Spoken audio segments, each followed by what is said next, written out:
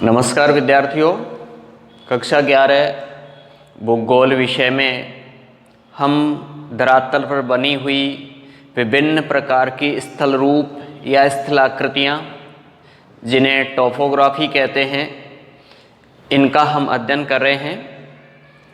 जो भी स्थलाकृतियाँ बनी हुई हैं, कुछ स्थलाकृतियाँ नदियों के द्वारा निर्मित हुई हैं, यानी प्रवाहित जल के द्वारा। कुछ स्थलाकृतियाँ भूमिगत जल के द्वारा विकसित हुई हैं। आज हम भू आकृतियों को निर्मित करने वाला तीसरा कारक जो है हिम नदी, इसका अध्ययन करने जा रहे हैं। हिम नदी, हिम यानी बर्फ, बर्फ की नदी। ये नदी या हिम नदी जल की नदी की तरह तो प्रतीत नहीं होती, क्योंकि इस प्रकार की स्थलाकृतियाँ हिम क्षेत्रों में पाई जाती हैं, पर्वतीय क्षेत्रों में पाई जाती हैं। जो उच्च पर्वतीय क्षेत्र होते हैं, ठंडे प्रदेशों में, जहाँ हिम का आवरण पाया जाता है, या फिर ध्रुवों के समीप जहाँ तापमान अत्यधिक कम पाया जाता है, वहाँ पर बर्फ़ की एक चादर जमी हुई होती है, जिसमें अंटार्कटिका महाद्वीप है, या विश्व के जो उच्च पर्वत हैं, चाहे हिमालय की बात करें, एंडीज की बात करें, आल्प्स की बात करें, रॉकीज की बात करें, ये सभी पर्वत इतने अधिक ऊंचाई पर हैं कि वहाँ पर तापमान बहुत कम हो जाता है, जिसकी वजह से उनकी चोटियाँ बर्फ़ से ढकी हुई रहती हैं। कई बार हम लोग चलचित्र के माध्यम से, फोटोज़ के माध्यम से, वीडियो के माध्यम से, टीवी के माध्यम से हिम क्षेत्रों के दृश्य देखते हैं, बर्फीले क्षेत्रों के दृश्य देखते हैं, और वहाँ पर पूरी तरीके से जो पर्वत या स्थल जो होते हैं वो बर्फ़ से ढके हुए होते हैं। बर्फ़ वहाँ ढाल के अनुसार ऊंचाई और नीचाई के अंतर्गत जमी हुई होती है, लेकिन उन्हीं स्थल रूपों के समीप हम जाकर के देखेंगे तो हमें अनेक प्रकार की वहाँ पर भी आकृतियाँ दिखाई देती हैं।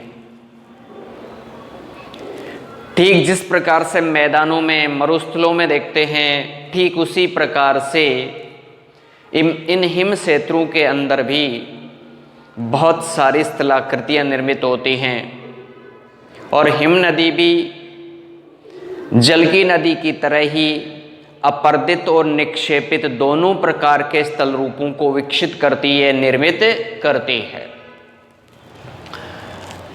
यह हिम नदी द्वारा निर्मित स्थल रूप, जिसके अंतर्गत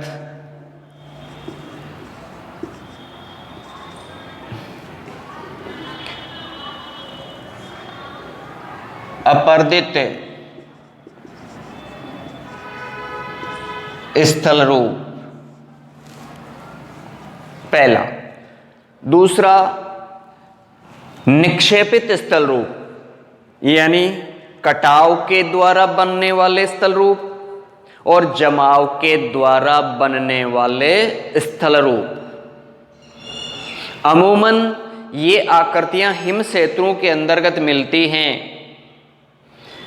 बर्फ भी अपने मार्ग में, जब बर्फ के बड़े बड़े जो शिलाखंड, गोलाश्म जिनको कहते हैं, जब वे ढाल के अनुसार नीचे की ओर फिसल करके आते हैं, तो घर्षण के माध्यम से, कटाव के माध्यम से अपने मार्ग में इन आकृतियों को निर्मित करते हैं। ये सभी स्थल रूप एक एक करके, जिनका हम अध्ययन इसमें करेंगे इस वीडियो में, वो बने हुए देख सकते हैं। दूर नहीं, हमारे हिमालय पर्वतीय क्षेत्र में हम इस स्थल रूप का जीता जागता नमूना देख सकते हैं। जो अपर्दित स्थल रूप हैं, उनके अंतर्गत पहला नंबर है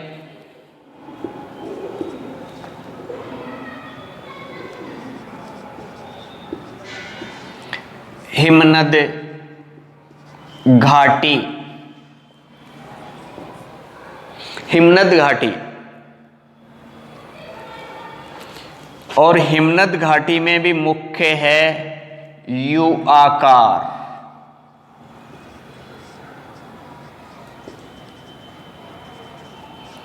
यू आकार की घाटी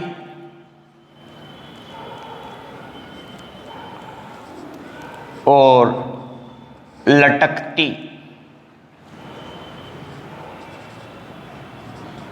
घाटी, U shape valley and hanging valley.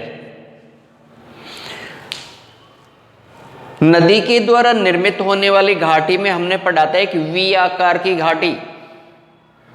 हमारे जो अल्फाबेट हैं उनके अंदर वी अक्षर आता है, ठीक उसी प्रकार से यू अक्षर भी है। तो बर्फ के द्वारा या हिम के द्वारा निर्मित होने वाली जो घाटी होती है उसे यू आकार की घाटी कहते हैं, क्योंकि इस घाटी का जो आकार है वो अंग्रेजी के यू अक्षर की तरह प्रतीत होता है, बना हुआ होता है। इसमें इस घाटी का शीर्ष और तल दोनों समान चौड़ाई के होते हैं, समान ढाल के होते हैं। जब किसी घाटी के अंदर विशाल आकार का बर्फ या हिमनद फिसल करके फंस जाता है तो हिमनद अपने मार्ग में आने वाले चट्टानों को, कंकड़ पत्थर को खरोंच कर, काट कर आगे धकेल देता है और उस भाग को यू अक्षर जैसा आकार दे देता है। तब जाकर के यू आकार की घाटी का विकास होता है, निर्माण होता है। अगर हम चर्चा करते हैं, ये इस प्रकार से पर्वतीय क्षेत्र हैं, दोनों ओर ये घाटी है, एक प्रकार से वी आकार की घाटी समझ लीजिए। जब यहाँ पर बर्फ का जमाव होता है इन दोनों शीर्षों में, तो यहाँ बर्फ का इतना मोटा जमाव हो जाता है कि वो बर्फ ऊपर से नीचे की ओर फिसल करके अपने दोनों शीर्षों की चट्टानों पे, किनारों पर दबाव डाल करके उन्हें सीधा और खड़ा खरोंच करके काटने का कार्य करती है। और इस प्रकार से ये वाली जो चट्टानें होती हैं ये उस बर्फ के द्वारा कट करके, घसीट करके, छिल करके, खरोंच करके और वो वहाँ से हटा दी जाती हैं। तो फिर दूर से देखने पर ये अंग्रेजी के यू अक्षर की तरह दिखाई देती है। तो इस प्रकार से हिमनदी के द्वारा अपर्दन से यू आकार की घाटी का निर्माण होता है। इसी से आगे है हैंगिंग वैली, एक प्रकार से लटकती घाटी। जब एक के ऊपर एक दो घाटियां निर्मित हो जाती हैं, नीचे संकरी घाटी होती है, उसके ऊपर की ओर एक चौड़ी घाटी होती है, एक ओर से जब इसका अपर्दन गहरा होता है इस रूप में, जो नीचे वाली घाटी थोड़ी संकरी होती है, उसके ऊपर एक सिरे को आधे भाग तक हिमनद काट करके और उसे कुर्सी सदृश आकृति में निर्मित कर देती है ऊपर की ओर। तो ये नीचे वाली घाटी पे ऊपर लटकती हुई प्रतीत होती है, हैंगिंग वैली के रूप में प्रतीत होती है, इसलिए इस घाटी को लटकती घाटी कहते हैं। ये दोनों का ही निर्माण बर्फ के द्वारा कटाव से होता है। ये दूसरा है सर्क।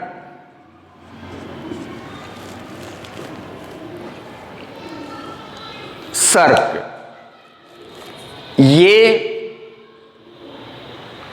एक प्रकार से बर्फ की जो सबसे ऊंची वाली चोटियां होती हैं उन चोटियों के दोनों ओर तीक्ष्ण कटक होते हैं। ये तीव्र ढाल युक्त कटक होते हैं। ये चोटी है, इसमें इस प्रकार से ये कटे हुए ढालनुमा आकृति के कटक बन जाते हैं, जिनमें से बर्फ का पिघला हुआ पानी इन कटकों के माध्यम से बहने लग जाता है। कंगी जैसी आकृति निर्मित हो जाती है। ये एक प्रकार की दरारें होती हैं जिनमें से बर्फ कट करके पिघल करके बहने लग जाती है और उसके मध्यवर्ती भाग ऊंचे रह जाते हैं। तो ऐसे कंगीनुमा जो आकृति होती है उससे सर्क कहते हैं।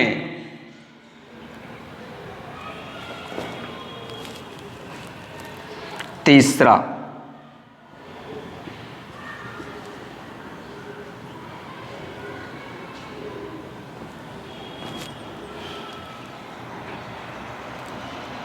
टॉर्न झील।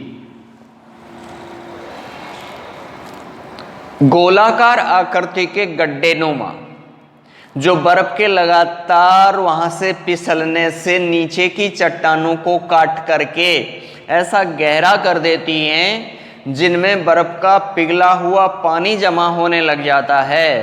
ऐसी झीलों को टॉर्न झील कहते हैं, बर्फीली झील कहते हैं। जैसे कि हिमालय पर्वत पर अनेक झील हैं। मानसरोवर जो झील है वो एक इसी प्रकार का विकसित रूप है।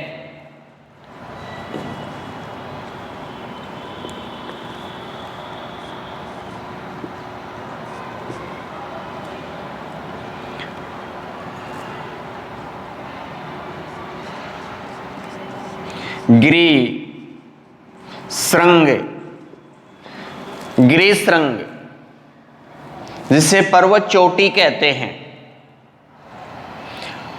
हॉर्न कहते हैं इसे। ये पर्वत का सबसे ऊंचा और सबसे नुकीला भाग होता है, जिस पर चढ़ना, जिस पर ठहरना बड़ा कठिन कार्य होता है, क्योंकि ये इतना ढाल वाला और इतना कटा हुआ तीक्ष्ण और कम चौड़ाई वाला ऊपरी भाग होता है, जिस पे चढ़ना बड़ा मुश्किल होता है। तो जो भी पर्वतों की जो सबसे ऊंची चोटियां हैं वो गिरिशृंगी ही हैं।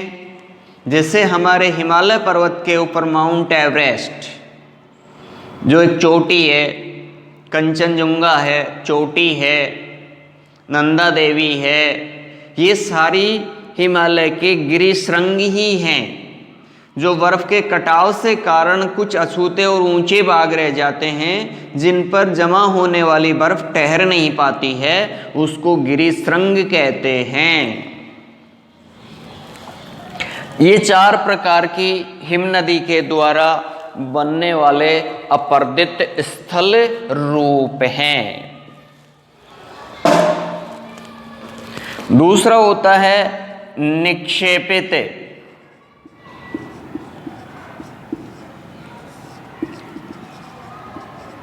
स्थल रूप, जिनमें पहला एस्कर, बर्फ के ये छोटे छोटे जमाव होते हैं, जिनमें हिमोड़ या हिम का अवसाद भी नीचे जमा होता है और उसके ऊपर बर्फ जम करके और उसमें से होकर के नदी से दृश्य आकृति घुमावदार बन जाती है, उसको एस्कर कहते हैं। रेत से दृश्य आकृति, आरी जैसी सदृश्य आकृति होती है ये।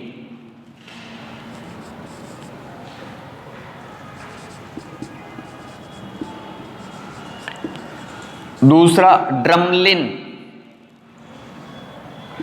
जिसे अंडे की टोकरी नुमा आकृति कहते हैं इसे। ड्रमलिन या अंडे की टोकरी नुमा आकृति कहते हैं। जिसका एक सिरा अधिक ढाल वाला होता है, जबकि दूसरा सिरा खड़े ढाल वाला होता है। ये बर्फीले क्षेत्रों के अंतर्गत कई जगह पर कंकड़ पत्थरों का या हिम अवसाद का जगह जगह पर जमाव हो जाता है और उसके ऊपर फिसलकर आने वाला बर्फ चारों ओर से उसे ढक लेता है और उस पर जमा हो जाता है। तो दूर से देखने पर इस प्रकार से वो जगह जगह पर जिस तरीके से अंडे की एक कागज की टोकरियां होती हैं, उसको उल्टा रखने पर उस पर ऊपर उठे हुए अंडे नुमा आकृतियां दिखाई देती हैं, ठीक उसी प्रकार से ड्रमलिन या अंडे की टोकरी या भेड़ पीठ शिला, भेड़ पीठ शिला यानी दूर से देखने पर बैठी हुई भेड़ की पीठ की तरह ये प्रतीत होती है, इसलिए इसे भेड़ पीठ शिला का भी नाम दिया गया है। इसका एक सिरा एकांशतः ऊंचा होता है और एक तरफ ढालनुमा होता है पृष्ठभाग की ओर, क्योंकि इस ओर से आने वाले जो भी हिम अवसाद होते हैं वो इसके ऊपर से फिसल करके इसको आगे की ओर जमा करते रहते हैं। तो ये भेड़ की पीठ की तरह या बैठी हुई भेड़ की तरह या अंडे की टोकरी की तरह दिखने वाली आकृति होती है।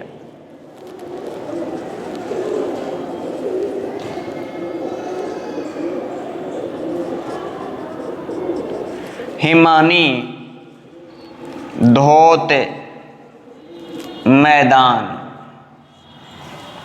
आउटवाश प्लेन, हिमानी धोत मैदान,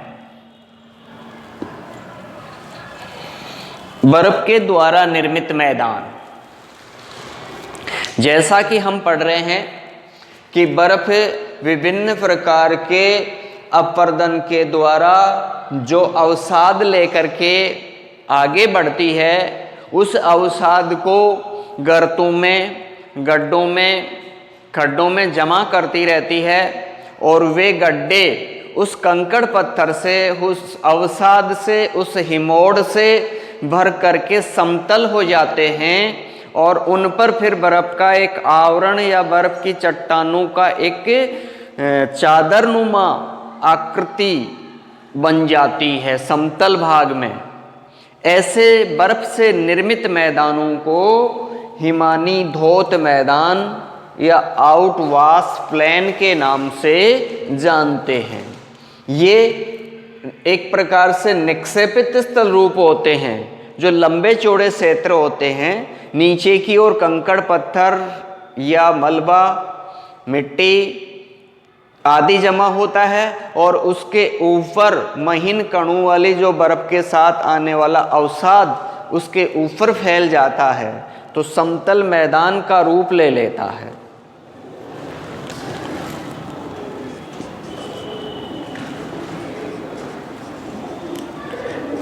हिमोड़, हिम ओड़, हिम के जमाव, बर्फ के अवसाद के जमाव। जो भी हिम नदियां होती हैं उनके किनारे पर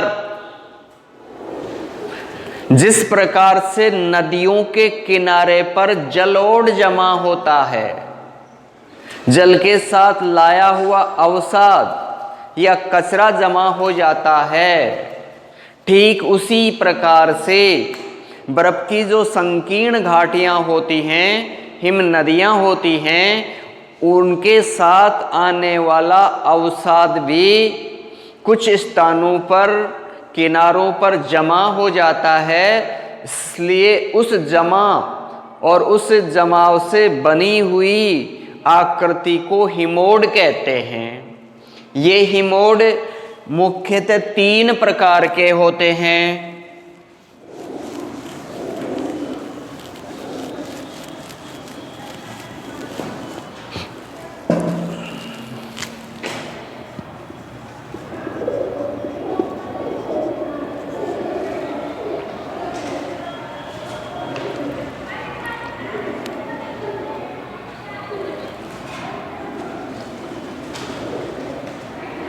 तलस्थ,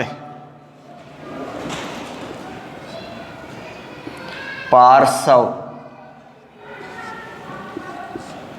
और अग्र। ये हिमोड के 3 रूप हैं, 3 प्रकार हैं।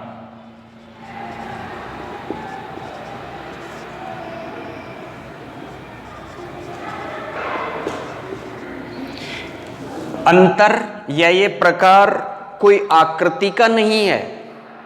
आकृति तीनों की एक जैसी होती है, स्थलाकृति। सिर्फ स्थान का अंतर है कि हिम नदी में किस जगह पर अगर इसका जमाव हो जाए तो उस जगह को कौन से हिमोड के नाम से जानते हैं। देखिए, हिम क्षेत्रों के अंदर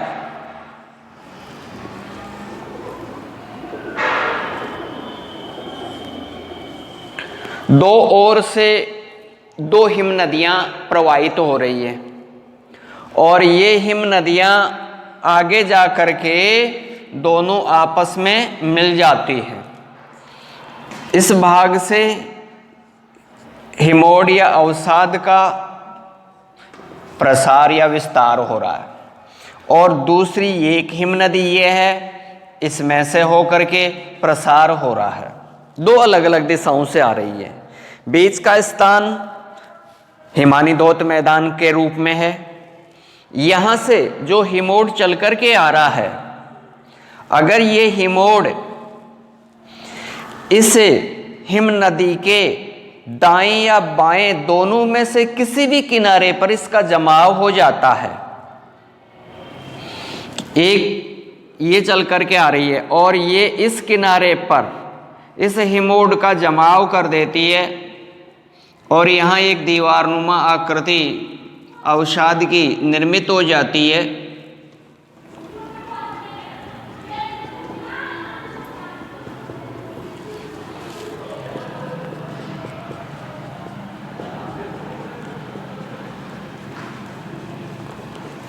ये दोनों किनारों पर हैं, दोनों पार्श्वों के, ये दोनों जो हिम नदियां हैं उनके जो किनारे हैं दाएं या बाएं, उन पर इस अवसाद का जमाव हो जाए तो उसे कहते हैं पार्श्व। पार्श्व मतलब किनारे। ये दूसरे नंबर वाला हिमोड है। यहां पर अगर इस हिमोड का जमाव दोनों ओर से आने वाली हिम नदियों के मध्यवर्ती भाग में, ये वाला जो बीच का भाग है, इसमें इस हिमोड का जमाव हो जाए तो उसको कहते हैं तलस्थ हिमोड। दोनों हिम नदियों के मध्यवर्ती या बीच वाले भाग में हिम नदी इसका हिमोड का या अवसाद का जमाव हो जाए तो उसको कहते हैं तलस्थ। दोनों के तल के बीच वाला, दोनों ओर के किनारों पर इसका जमाव हो जाता है, उसको कहते हैं पार्श्व हिमोड। और तीसरा अग्र। दोनों हिम नदियां आगे की ओर प्रवाहित होती हुई जब दोनों एक जगह पर मिल जाती हैं, ये एक हो जाती हैं, तो इनमें सबसे आगे वाले भाग में जिसके नीचे जाकर के बर्फ का जमाव नहीं होता, जहां उससे नीचे बर्फ जमा नहीं होती, वहां ले जाकर के इस कंकड़ पत्थर को, इस अवसाद को छोड़ देती है और उसके अग्रभाग में यहां पर ये अवसाद जमा हो जाता है। इसे कहते हैं अग्र हिमोड। जमाव का तरीका एक ही है, सिर्फ अंतर है जमा होने के स्थान का। 2 हिमोडों के बीच जमा हो जाए तो उसे कहते हैं तलस्थ। दोनों हिम नदियों के किनारों पर जमा हो जाए चाहे दाएं बाएं, उसको कहते हैं पार्श्व हिमोड। और दोनों हिम नदियां एक हो करके सबसे अग्रभाग में अपने साथ लाए अवसाद को जमा कर देती हैं, उसे कहते हैं अग्र हिमोड। तो सिर्फ जमाव स्थान है। अब यहां पर 2 शब्द निकल करके आए, एक हमने पढ़ा था जलोढ़ और एक पढ़ा हिमोड। जलोढ़ नदी के द्वारा बहाकर लाया गया कचरा या अवसाद होता है जो जल के साथ आता है, और हिमोड हिम के साथ आता है। यहाँ कई बार अच्छे अच्छे जो कॉम्पिटिशन एग्जाम्स होते हैं उनमें भी इसको पूछ लेता है, ये किससे बने होते हैं या इससे बनने वाला आकृति है, तो वो हिम के साथ हिमोड और जल के साथ जलोढ़, ये थोड़ा सा ध्यान अपने को रखना है। तो इस प्रकार से हमने भू आकृति का निर्माण करने वाले आज हिम या हिम नदी के द्वारा बनी हुई स्थलाकृतियों का अध्ययन किया। इसके बाद में हम तरंग और धाराओं के द्वारा और पवनों के द्वारा निर्मित स्थलाकृतियों का अध्ययन अगले वीडियो में करेंगे।